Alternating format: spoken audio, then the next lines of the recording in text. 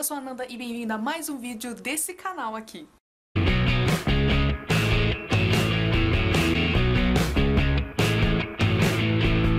Você já reparou que quando algum fanboy da Marvel é questionado do porquê ele odeia tanto DC, ele sempre vai usar as mesmas justificativas, tais como a DC imita a Marvel, a DC não faz filmes engraçados como a Marvel faz, os efeitos especiais da DC não se comparam aos da Marvel, dentre várias outras coisas.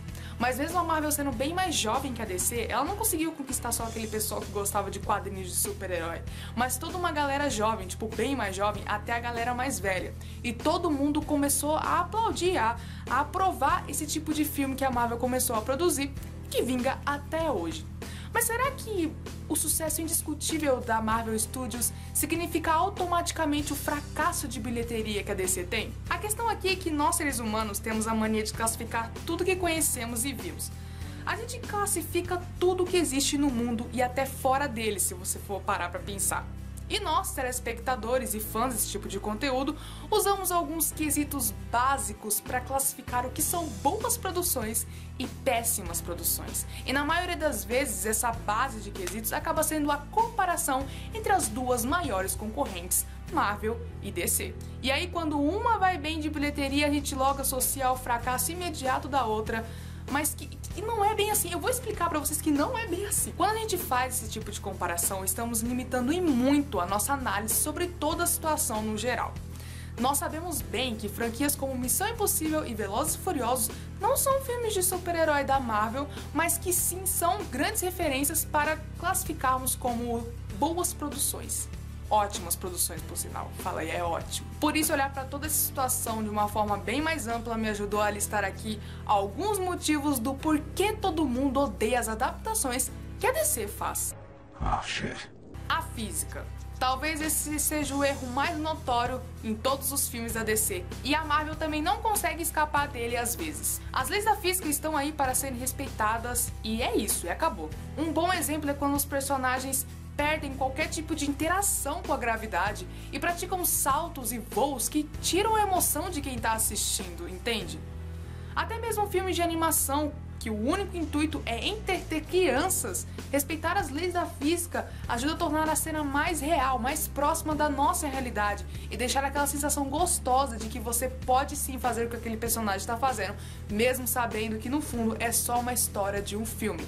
Além disso, as lutas coreografadas entre os personagens é bastante afetada por esse sumiço de gravidade instantânea, deixando aquela sensação de quem está assistindo que os atores estão sim usando cabos de apoio para fazer aquelas cenas.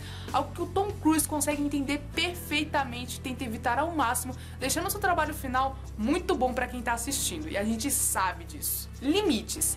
Por falar em um erro que a Marvel não consegue fugir de jeito nenhum, tem uma impressão muito falsa, por sinal, que meio que ronda a produção desses filmes, que é a de que, se a gente transformar esse personagem em alguém imbatível em todas as lutas, o público vai aclamá-lo como o bom herói. Claro que se esses filmes fossem sobre MMA, ou boxe, ou qualquer outro tipo de luta violenta, isso faria todo sentido, mas estamos falando de heróis. Heróis que são civis comuns de seu tempo livre, que têm seus pontos fracos e fortes. Transformá-los em sacos de pancadas indestrutíveis por quase 2 horas de filme nunca foi uma boa ideia para nenhum personagem e nenhuma história.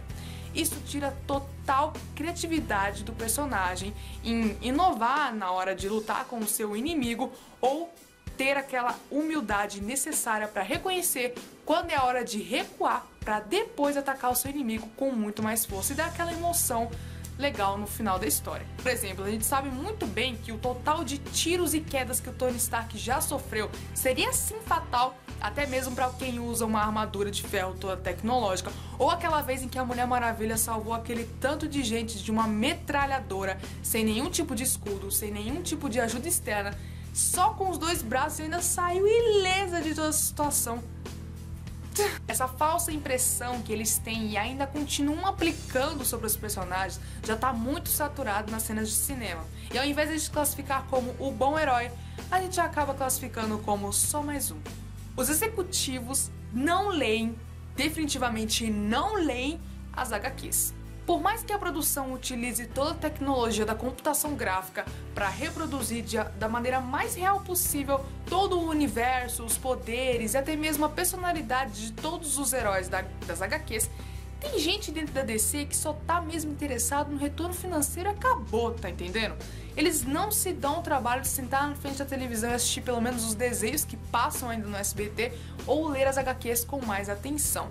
Porque, logicamente, na produção de um filme ainda existe uma hierarquia muito forte para que o resultado final saia nos cinemas. Porque envolve gastos econômicos, engenharia, suporte a todos os atores, coadjuvantes e até mesmo um departamento exclusivo para fazer a adaptação das HQs para o universo cinematográfico. E nem sempre esse departamento consegue trabalhar de forma autônoma.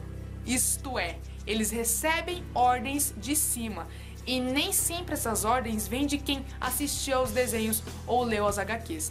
E é por isso que em algumas adaptações desses filmes, você tem meio a impressão de que foi um trabalho de recorte e colagem da quinta série de alguma criança, porque não tá parecendo nada com aquela história que você leu quando você era mais novo. E aí, o resultado final é desastroso, é muito ruim.